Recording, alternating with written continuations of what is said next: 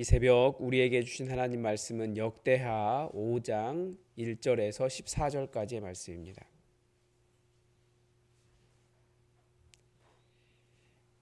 역대하 5장 1절에서 14절까지입니다. 우리 하나님의 말씀을 다 함께 받들어 읽겠습니다.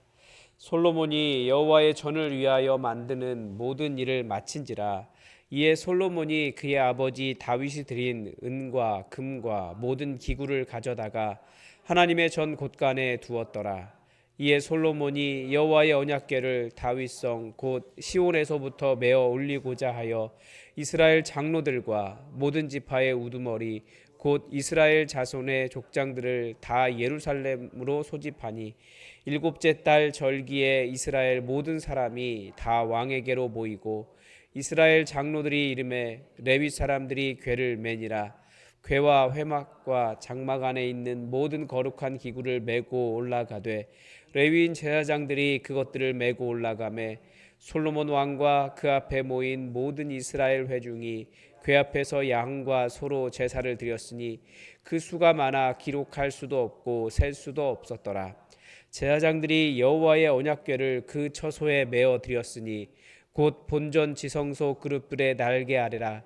그룹들이 궤 처소 위에서 날개를 펴서 궤와 그 채를 덮었는데 그 채가 길어서 궤에서 나오므로 그 끝이 본전 앞에서 보이나 밖에서는 보이지 아니하며 그 궤가 오늘까지 그곳에 있으며 궤 안에는 두 돌판 외에는 아무것도 없으니 이것은 이스라엘 자손이 애굽에서 나온 후 여호와께서 그들과 언약을 세우실 때에 모세가 호렙에서 그 안에 넣은 것이더라. 이때 제사장들이 그 반열대로 하지 아니하고 스스로 정결하게 하고 성소에 있다가 나오매 노래하는 레위 사람 아삽과 헤만과 여두둔과 그의 아들들과 형제들이 다 세마포를 입고 제단 동쪽에 서서 재금과 비파와 수금을 잡고 또 나팔 부는 제사장 120명이 함께 서 있다가 나팔 부는 자와 노래하는 자들이 일제히 소리를 내어 여호와를 찬송하며 감사하는 나팔 불고 재금 치고 모든 악기를 울리며 소리를 높여 여호와를 찬송하여 이르되 선하시도다 그의 자비하심이 영원히 있도다 하매 그때 여호와의 전에 구름이 가득한지라. 제사장들이 그 구름으로 말미암아 능히 서서 섬기지 못하였으니 이는 여호와의 영광이 하나님의 전에 가득함이었더라. 아멘.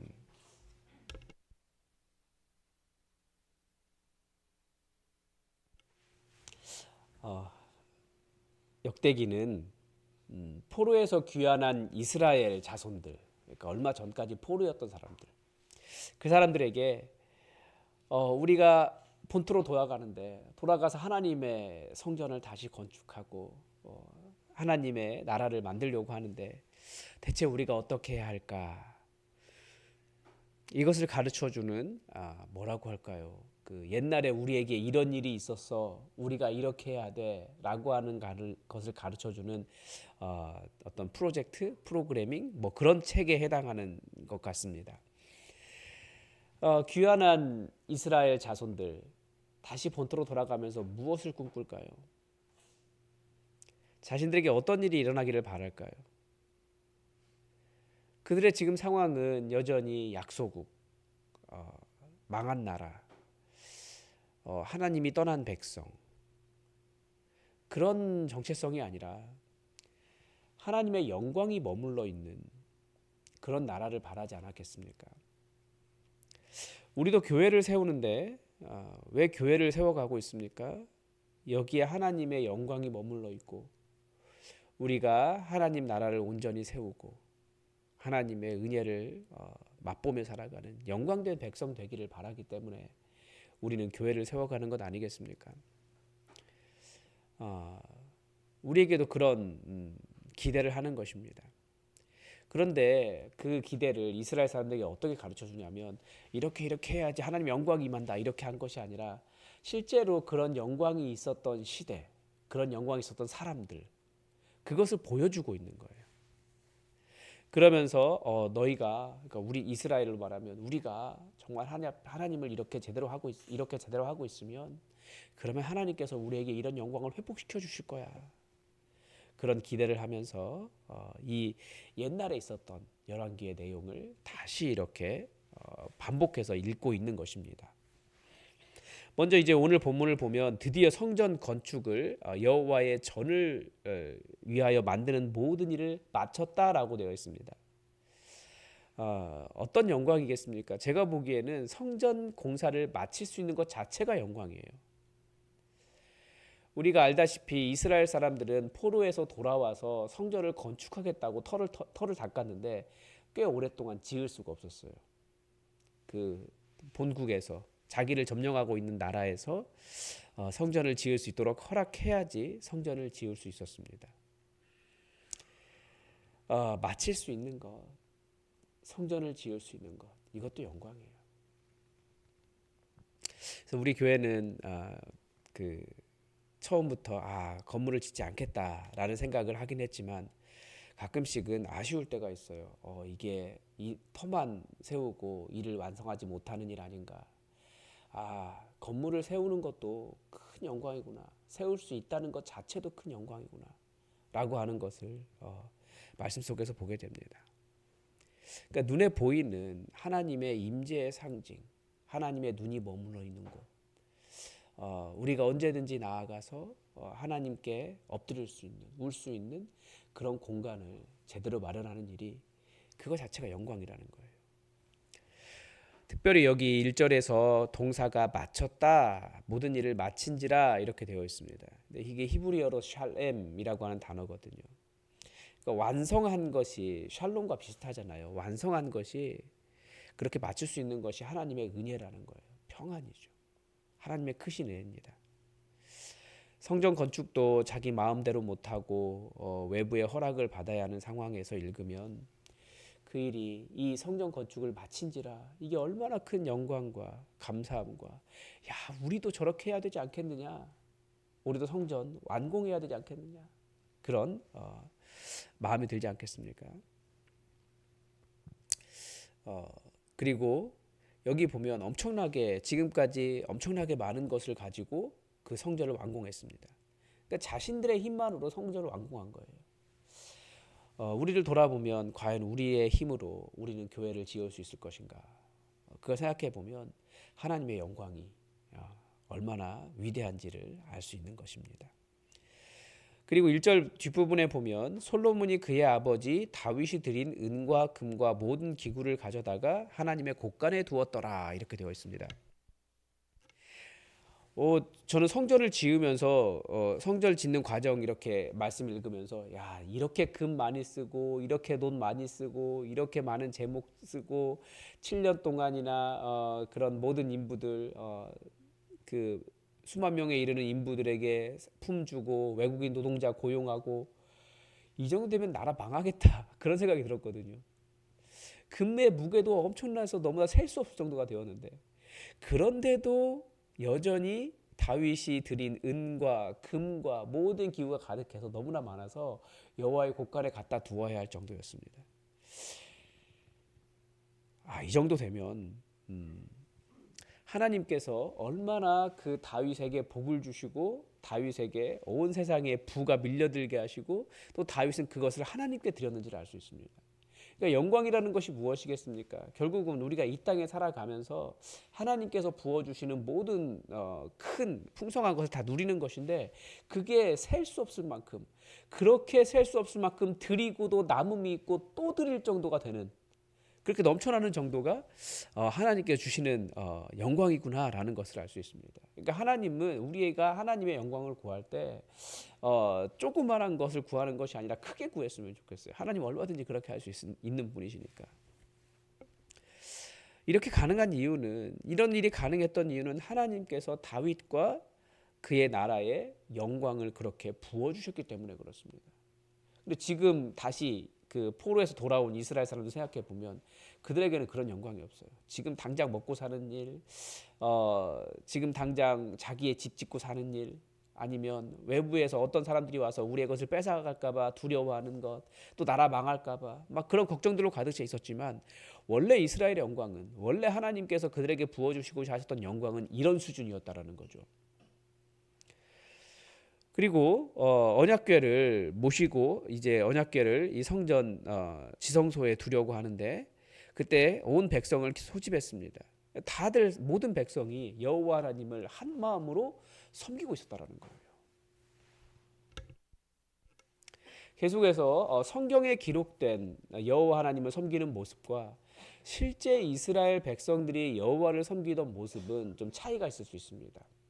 성경은 여호와 하나님이 유일하신 분이시고 모든 사람들이 하나님 여호와를 잘 섬긴 것처럼 보이지만 이스라엘 실제 사람들은 여호와라고 하는 하나님이 아니라 다른 하나님을 섬겼어요. 많은 사람들이. 그런데 진짜 하나님께서 그 나라를 영광스럽게 하실 때는 온 나라 사람들이 한 마음으로 오직 여호와 하나님을 섬겼었더라라는 것입니다. 지금 우리 시대에도 우리는 여호와 그분을 섬기면서도 때로 다른 것들도 섬겨요.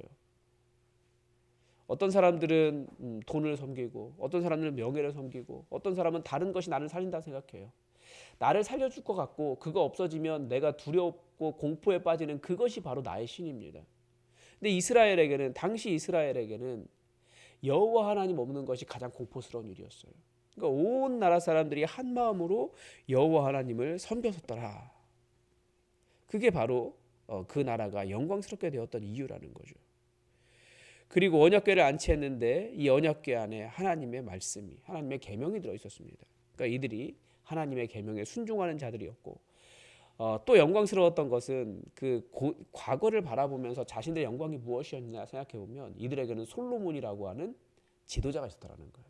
다윗과 솔로몬 같이 위대한 지도자가 있는 것도 세워지는 것도 하나님께 주시는 영광입니다.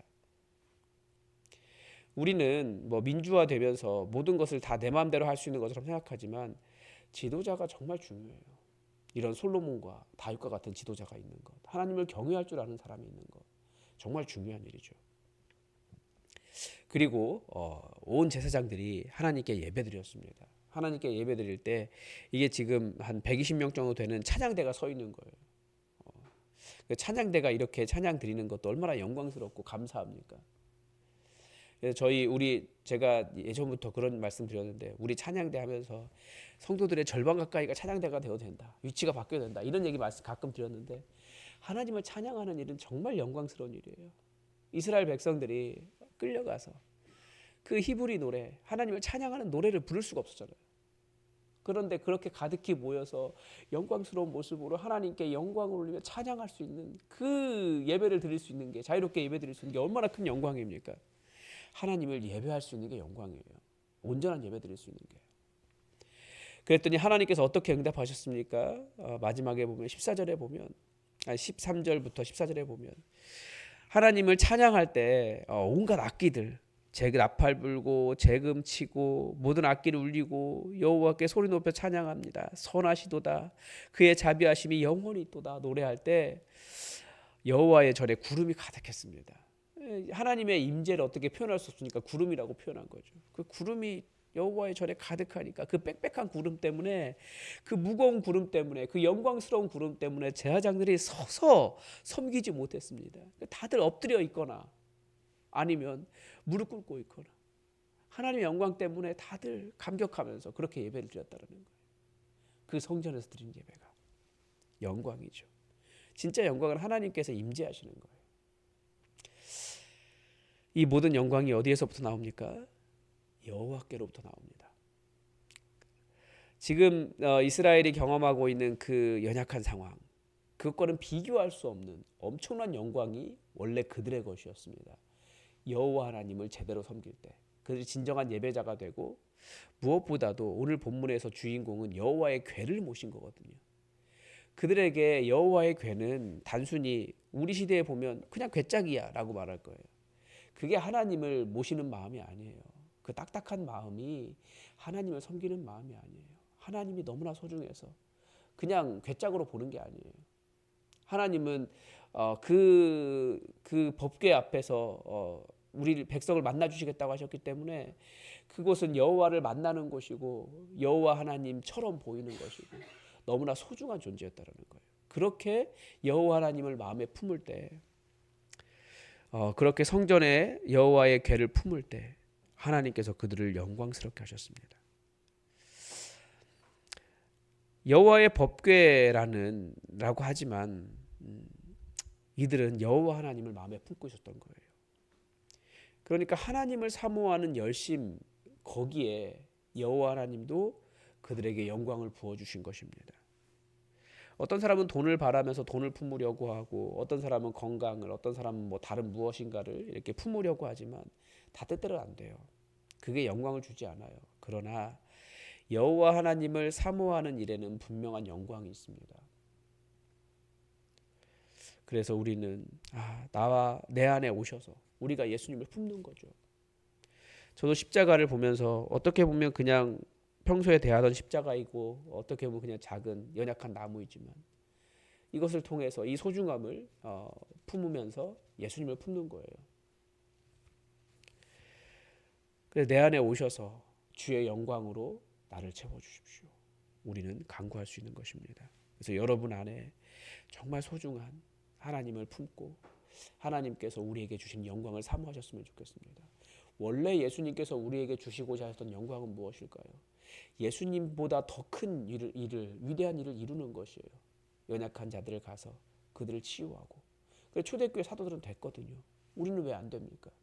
그러니까 우리 시대가 지금 마치 다윗의 시대, 솔로몬의 성전의 왕궁을 바라보던 그 이스라엘 사람들과 똑같은 상황이에요. 원래 이렇게 놀라운 영광이, 예수님의 영광이 있었는데 우리에게 없다는 거예요. 죽은 자가 살아나고, 병든 자의 병이 치유되고, 악한 영이 쫓겨나고, 막힌 문제가 오히려 하나님의 영광이 되고, 그런 놀라운 영광을 얻는 시대가 원래 그 일이 원래 우리 주님께서 계획하시는 하나님의 교회인데, 우리는 온전히 예수님을 품지 않기 때문에, 정확히 말하면 예수님의 십자가를 지지 않기 때문에 우리에게는 그런 영광이 많이 멀어져 있습니다. 다시 한번 우리도 교회를 세워가는데 예수님께서 원하셨던 그 영광스러운 교회, 하나님의 성령이 임재하셔서 강력하게 움직이시는 그 영광의 시대를 우리가 다시 예수님을 품음으로써 이 세상에, 특히 이 교회 위에, 이 교회 가운데 우리가 이루어갈 수 있으면 좋겠습니다. 우리 하나님의 뜻이 우리에게 이루어지기를 주기도문으로 기도하겠습니다. 하늘에 계신 우리 아버지, 아버지의 이름을 거룩하게 하시며 아버지의 나라가 오게 하시며 아버지의 뜻이 하늘에서와 같이 땅에서도 이루어지게 하소서. 오늘 우리에게 일용할 양식을 주시고 우리가 우리에게 잘못한 사람을 용서하여 준 것 같이 우리 죄를 용서하여 주시고 우리를 시험에 빠지지 않게 하시고 악에서 구하소서. 나라와 권능과 영광이 영원히 아버지의 것입니다. 아멘. 여러분, 우리 예수 품한 교회가 정말 복음을 품고 예수님을 제대로 품음으로써 정말 예수님께서 원래 원하셨던 그 영광스러운 교회를 온전하게 만들어가는 그런 교회 되도록 우리 함께 기도했으면 좋겠습니다. 이제 주일 예배를 맞이하는데 우리 이번 주일에도 우리에게 VIP를 보내주시고 우리가 하나님께 온 마음과 영을 다해서 온전한 예배 드리는 그런 시간 되게 해달라고 기도합시다. 가득히 모여서 이 모든 예배가 하나님을 예배하는 자들로 가득 찰 수 있도록 여러분 함께 기도하시고, 우리도 예배 드리는 중에 주님의 영광이 임해서 감히 서서 예배 드릴 수 없는 그런 영광의 날을 우리에게 허락해 달라고 우리 다 함께 기도하겠습니다.